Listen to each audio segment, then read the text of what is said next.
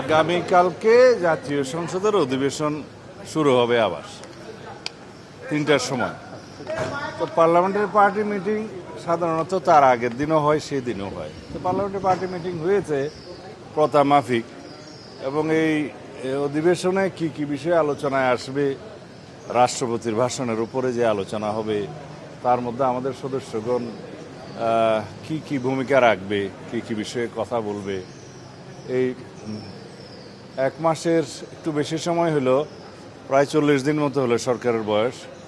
এই সময়ের মধ্যে আমরা কি কি চ্যালেঞ্জের সম্মুখীন হয়েছি, সরকার কিভাবে সাকসেসফুলি সেই সমস্ত চ্যালেঞ্জ মোকাবেলা করেছে, এবং আমাদের যে অর্জন এই সংক্ষিপ্ত সময়ের মধ্যে মাননীয় প্রধানমন্ত্রী নির্বাচনী ইশতেহার মাফিক যে প্রতিশ্রুতি দিয়েছিলেন তার অধিকাংশ আমরা শুরু করতে পেরেছি। এগুলো জাতির কাছে আমাদের জানানো দরকার, উপস্থাপন করা দরকার, এবং সামনে বিভিন্ন রকমের চ্যালেঞ্জ আসতে পারে, সেগুলো সংসদীয় পদ্ধতিতে সংসদে আলাপ আলোচনার বিষয়। গ্লিটারের টুইন লেমন ও অ্যান্টিব্যাকটেরিয়াল ফর্মুলা বাসনকে চকচকে জীবাণুমুক্ত করে আমাদের দেয় গ্লিটার গ্যারান্টি। কিভাবে আমরা আমাদের বক্তব্য উপস্থাপন করব, আমাদের সদস্যগণ কি কি ভূমিকা রাখবে, এই সমস্ত বিষয়ে কথা হয়েছে। আগামীকালকে আবার হবে। 133টি অধ্যাদেশের বিষয় তো আলাদা, এগুলোর সংসদে বিশেষ কমিটি গঠন করে দেওয়া হয়েছে। সেই বিশেষ কমিটিতে আমরা 2 দিন বসেছি, আর আগামীকালকে রাত্রে 8:30টার সময় আমাদের বাকি সেই বিষয়ে আসতে, সেই বিষয়ে অধ্যাদেশের বিষয়ে ফাইনাল আমাদের সিদ্ধান্ত হবে। এই বিশেষ কমিটির রিপোর্টটা প্রণীত হবে, সেটা 2 তারিখে এপ্রিলে উপস্থাপন হবে বলে আশা করি। তারপরে সেটা আইন প্রণয়ন কার্যাবলীর মধ্যে যেভাবে যায় সেভাবে যাবে। সড়ক মন্ত্রী কথা বলবে, রেল মন্ত্রী কথা বলবে, নৌপরিবহন কথা বলবে, জ্বালানি তেলের বিষয়ে জ্বালানি মন্ত্রী কথা বলবে।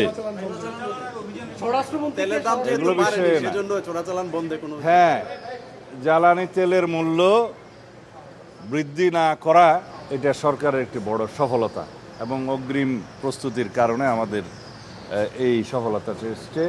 আমাদের পরিকল্পনা এবং জনমনে স্বস্তি দেয়া, বিশেষ করে এই সময় হচ্ছে বোরো মৌসুমের ভরপুর সময়, যাতে কৃষি উৎপাদনে কোনো সংকট না হয়। কৃষকের দ্রব্যে মানে কৃষি যে সমস্ত উপকরণ লাগে তার মধ্যে তো সার, বীজ সহ বিদ্যুৎ একটা প্রধান আমাদের বিষয়, যাতে কোনো কৃষি উৎপাদনে কোনো রকমের মূল্যবৃদ্ধি না হয়, সংকট না হয়, সেই জন্য আমরা অতিরিক্ত ভর্তুকি দিয়ে সেই মূল্যটা আমরা ধরে রেখেছি।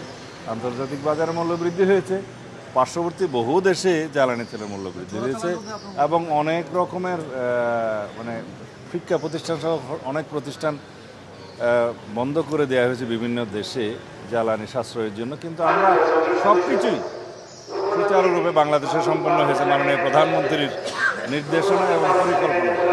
আমরা আশা করি সেটা আমরা ধরে রাখতে পারবো। সামনের দিকে দেখি কিভাবে পরিকল্পনা করা যায়, আর যাতে জ্বালানি পাচার হওয়ার যে 2-1টি ঘটনা নজরে এসছে, এগুলো আমরা কঠোর হস্তে দমন করবো ইনশাআল্লাহ।